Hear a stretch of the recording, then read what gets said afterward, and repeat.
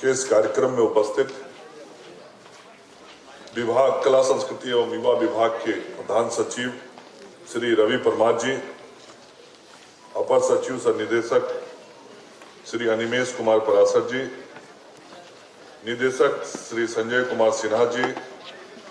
उप सचिव श्री प्रभात चंद जी, हमारे आप सचिव श्री शशांक शेखर सिन्हा जी, आज के इस कार्यक्रम में हम सब लोगों के लिए गर्व की बात है कि हम सब लोगों के बीच उपस्थित हैं पद्मश्री श्रीमती शोभना नारायण जी, पद्मश्री श्रीमती बउआ देवी जी, पद्मश्री रामचंद्र माझी जी। इसके अतिरिक्त वर्ष 2018-19 और 19-20 के लिए जो चयनित कलाकार हैं वो सभी सम्मानित कलाकार भाइयों बहनों, आज के इस सम्मान समारोह में उपस्थित सभी हमारे स्नेही स्वजन, प्रिंट और इलेक्ट्रॉनिक मीडिया के हमारे सभी सम्मानित साथीगण। मित्रों, आज हम सब लोग के लिए बहुत खुशी का अवसर है, प्रसन्नता का समय है, सम्मान का समय। और ऐसा विभाग के मंत्री के रूप में करते हुए मुझे भी बहुत खुशी हो रही कि आज राज्य के अंदर हम वैसे सारे प्रतिभाशाली कलाकारों को सम्मानित कर रहे हैं जिनके कारण कला का भी सम्मान बढ़ता है और उन कलाकारों के कारण बिहार का भी सम्मान कला के क्षेत्र में बढ़ता है। और निश्चित रूप से हर वह व्यक्ति जो कला से जुड़ा है, आज यदि 37 लोगों को यहां सम्मान दिया जा रहा है तो बिहार के अंदर ऐसे हजारों कलाकार होंगे जो अपने को आपके माध्यम से भी सम्मानित महसूस कर रहे होंगे और ऐसे हजारों कलाकारों को प्रेरणा भी मिलती है कि आगे आने वाले समय में वो बेहतर परफॉर्मेंस देके हम सब लोग के बीच में वो सम्मान के हकदार हो सकते हैं, वो सम्मान पा सकते हैं। आज ऐसे ही चुनिंदा 37 कलाकारों को यहाँ सम्मानित किया जा रहा है। मैं समझता हूं कि किसी भी समाज के लिए लोक कला, लोक भाषा, लोक संस्कृति का बड़ा ही महत्व होता है। और किसी भी समाज की सभ्यता के बारे में जब जानकारी लेनी होती है तो हम उसकी सांस्कृतिक विरासत को भी यदि समझना चाहते हैं तो उस वक्त की जो लोक कला थी, जो लोक भाषा रही है, जो उस समय की लोक संस्कृति रही है, उन्हीं चीजों को हम कुरेदते हैं, खोजते हैं और उसके आधार पर उस वक्त के परिस्थितियों का, कालखंड का हम आकलन भी करते हैं। और कला वो क्षेत्र है जिसके माध्यम से हम अपने अंदर के छिपे हुए प्रतिभाओं का प्रदर्शन भी करते हैं और प्रदर्शन करके समाज में अपना एक विशिष्ट स्थान बनाने में सफल भी होते हैं। स्वाभाविक रूप से कला कई प्रकार के होते हैं, जैसा कि अभी प्रधान सचिव कह रहे थे कि चाक्षुष कला, प्रदर्श कला, और इस दोनों कलाओं के अंदर भी बहुत सारी कलाएं हैं। अब यदि हम चित्रकला की बात करते हैं तो काष्ठ कला भी उसके अंदर है, मूर्ति कला भी उसके अंदर है। हम यदि नृत्य कला की बात करते हैं तो कथक भी है, कुचिपुड़ी भी है, बहुत सारे नृत्य। हम यदि गायन की बात करते हैं तो गायन में भी बहुत सारे शास्त्रीय संगीत है। और आजकल के समय में अब संगीत को भी कई नए आयाम दिए गए हैं। तो हर प्रकार के कला के अंदर भी परफॉर्म करने के लिए बहुत सारे काम है और आप सब लोग उसको करके आज सम्मानित हो रहे हैं और बिहार के सम्मान को भी बढ़ाने का काम कर रहे हैं। जो कला होती है वह कला, जैसा मैंने कहा कि कुछ परफॉर्मिंग आर्ट्स होते हैं, कुछ ऐसी चीजें होती हैं जो हस्तकलाएं होती हैं। अब बिहार की हस्तकला, गांव में हम जाएंगे तो जो टोकरी बनता है, उस टोकरी का भी अपना एक आर्ट है, उसकी भी एक खूबसूरती है। और टोकरी में भी एक छोटा, जो गांव के लोगों में वो जानते होंगे, दोना बनता है। अब जो दोना बनता है, उस दोना को बनाने का भी अपना एक आर्ट है। सामने लगता है आनंद मोहन पांडे जी भी बैठे हुए। हाँ ठीक है, बैठिए आनंद जी, अच्छा लगता है जब नामचीन कलाकार अपने बीच उपस्थित रहते हैं तो उनको देख के प्रसन्नता होती है। तो हर चीज, हर प्रकार की कला का अपना महत्व होता है और उन कलाओं का कुछ विशेष क्षेत्र भी होता है, जिस विशेष क्षेत्र को हम उस कला के साथ जोड़ के देखते हैं। अब आज अंतर्राष्ट्रीय स्तर पे यदि बिहार की किसी एक विशेष कला की बहुत चर्चा होती है तो मिथिला पेंटिंग की बहुत चर्चा होती है। और मिथिला पेंटिंग कहते ही, कहीं भी हम दुनिया में रहे, मिथिला पेंटिंग कहते ही बिहार दिमाग में आ जाता है। बिहार के साथ मिथिला का वह क्षेत्र आ जाता है जहां से मिथिला पेंटिंग करके दुनिया के अंदर हमने उस विशेष क्षेत्र के लिए ख्याति प्राप्त की है और वह विशेष प्रकार की जो प्रतिभा है उस क्षेत्र के लोगों में पाया जाता है। और वहां मिथिला पेंटिंग करके हम उसको आर्थिक रूप से भी समृद्धि उस क्षेत्र में ला सकते हैं और सांस्कृतिक और कला की दृष्टि से तो लाते ही। तो विभिन्न क्षेत्रों में अपनी अलग अलग कलाएं होती हैं, अलग अलग भाषाएं होती हैं। बिहार है, ऐसे तो हम सब लोग का राष्ट्रीय भाषा हिंदी है और हिंदी में बात करते हैं, लेकिन जब बिहार के अंदर चलते हैं तो कहीं हम भोजपुरी में बात करते हैं, कहीं हम मगही में बात करते हैं, कहीं बचिका में बात करते हैं, कहीं अंगिका में बात करते हैं। तो इन भाषाओं में जो हम बातचीत करते हैं, यह भी कहीं ना कहीं हमारे कला और संस्कृति से जुड़ा हुआ विषय है। और आप देखते होंगे कि ये जो अलग अलग क्षेत्र हैं,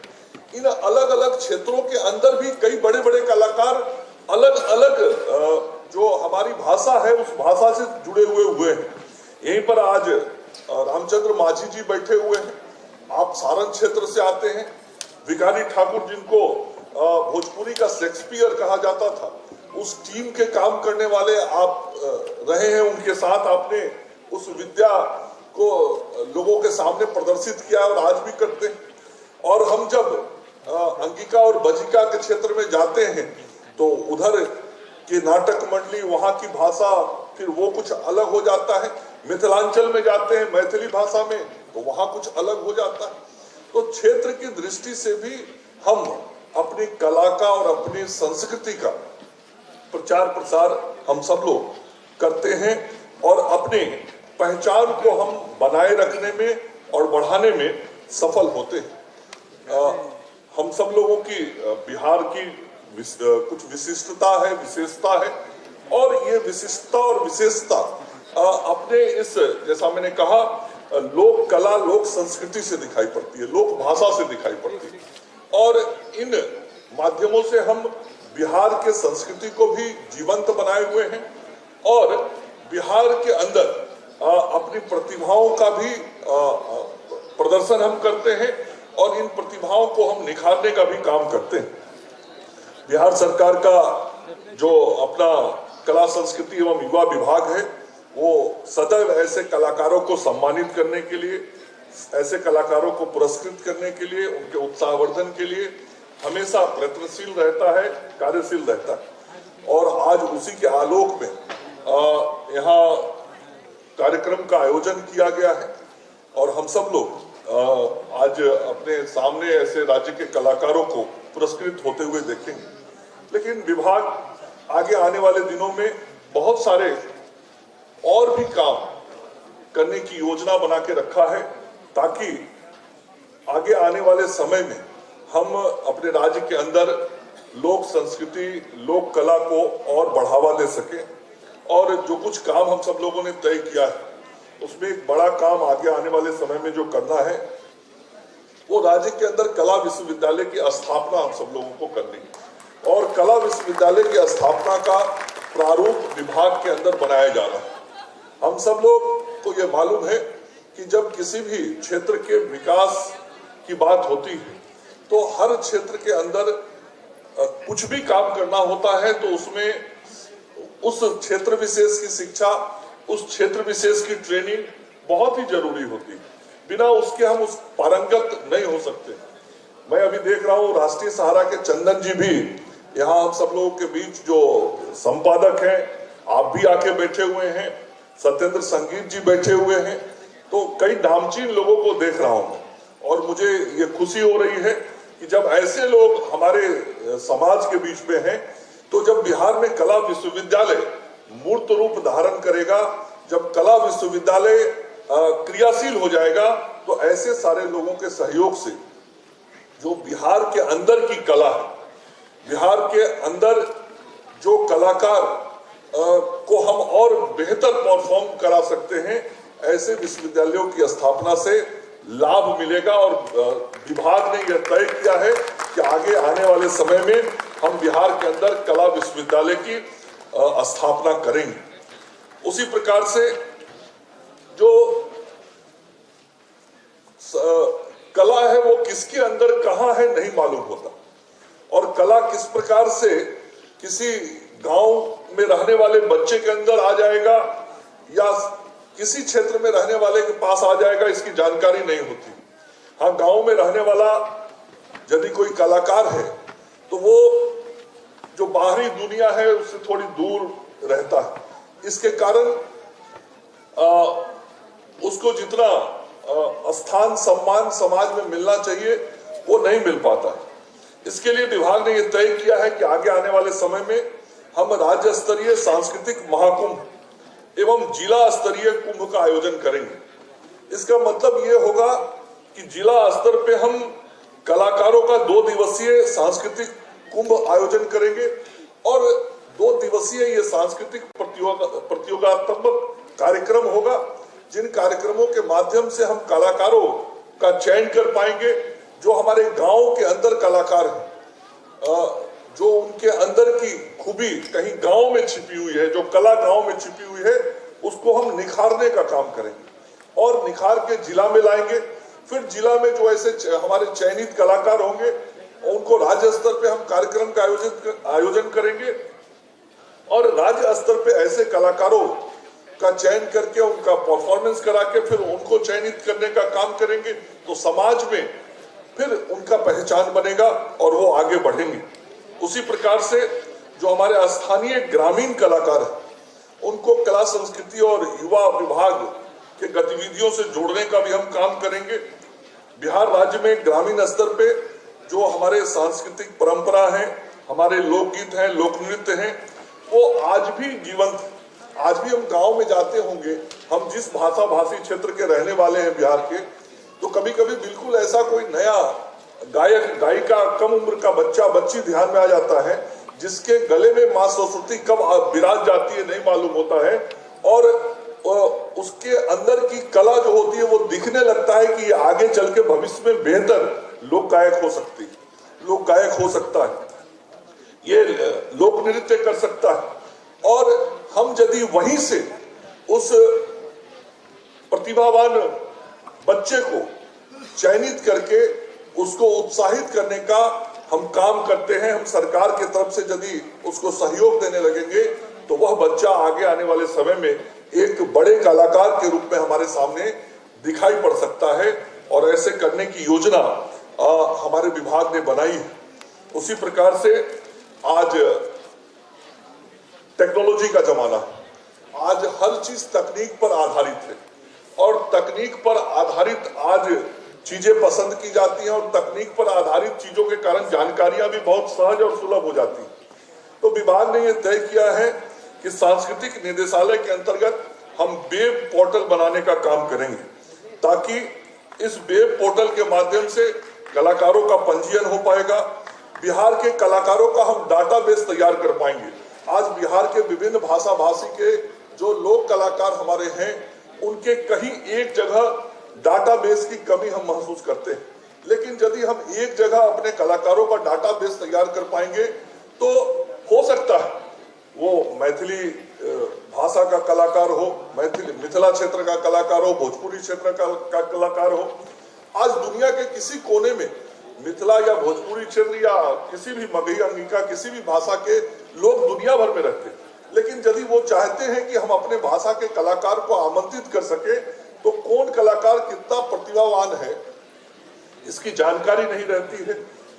दुनिया उसके बारे में नहीं जान पाता, उसको आमंत्रित नहीं कर पाता, अपने से जोड़ नहीं पाता।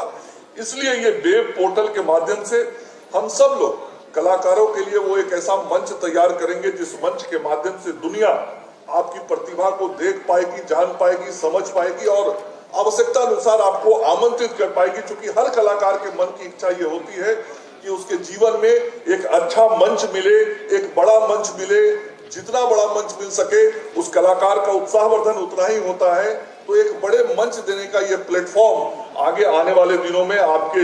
जीवन में उपलब्ध होने वाला है, जिसका प्रयास और काम विभाग के द्वारा किया जा रहा है। उसी प्रकार से जो हमारे कॉलेज और यूनिवर्सिटीज हैं, तो जो छात्र जीवन होता है, छात्र जीवन में भी हम अपने अंदर के छिपे हुए कला का प्रदर्शन करते हैं। अपनी छोटी छोटी जो मंडली होती है स्कूल और कॉलेज के अंदर, वहाँ हम सब अपने प्रतिभा का प्रदर्शन करते हैं। लेकिन अब उसको बेहतर स्वरूप देने के लिए बिहार के प्रमुख शैक्षणिक संस्थानों और विश्वविद्यालयों में सांस्कृतिक कार्यक्रम के आयोजन के लिए विभाग के तरफ से अनुदान देने की भी व्यवस्था बिहार की सरकार की तरफ से की जा रही है, ताकि ये जो एक्टिविटीज है, ये एक्टिविटीज हमारे स्कूल के अंदर चले, कॉलेजेस के अंदर चले, यूनिवर्सिटीज के अंदर चले।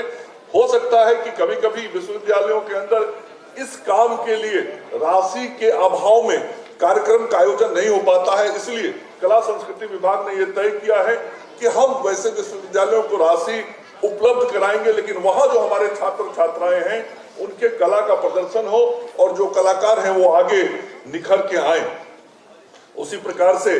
अभी प्रधान सचिव ने बताया कि राज्य के अंदर प्रेक्षागृहों की बहुत कमी है और अभी 3 बड़े प्रेक्षागृह बेतिया, मोतिहारी और मुजफ्फरपुर के अंदर 135 करोड़ की लागत से बनाए जा रहे हैं। तो इन प्रेक्षागृहों के बनने से भी जो पूरे कार्यक्रम का माहौल बनता है, जो कार्यक्रम स्थल जैसा होना चाहिए, प्रेक्षागृह के कमी के कारण उसके आयोजनों में कहीं ना कहीं कठिनाई पैदा होती है। तो आयोजन बेहतर तरीके से हो और ये सुविधाएं राज्य के विभिन्न जिलों में हो। इसलिए अभी तो ये बेतिया, मोतिहारी और मुजफ्फरपुर के अंदर 2-2 हजार की क्षमता वाला बनाया जा रहा है और 600-600 की क्षमता का ये और 7 जिलों में बनाया जा रहा है। गया, सारण, बेगूसराय, मुंगेर, सहरसा, दरभंगा और पूर्णिया, ये 7 जिले ऐसे होंगे जहां 600 की क्षमता का ये प्रेक्षागृह बनाया जाएगा। उसी प्रकार से जो मैंने मिथिला पेंटिंग की बात की, मिथिला चित्रकला संस्थान का निर्माण भी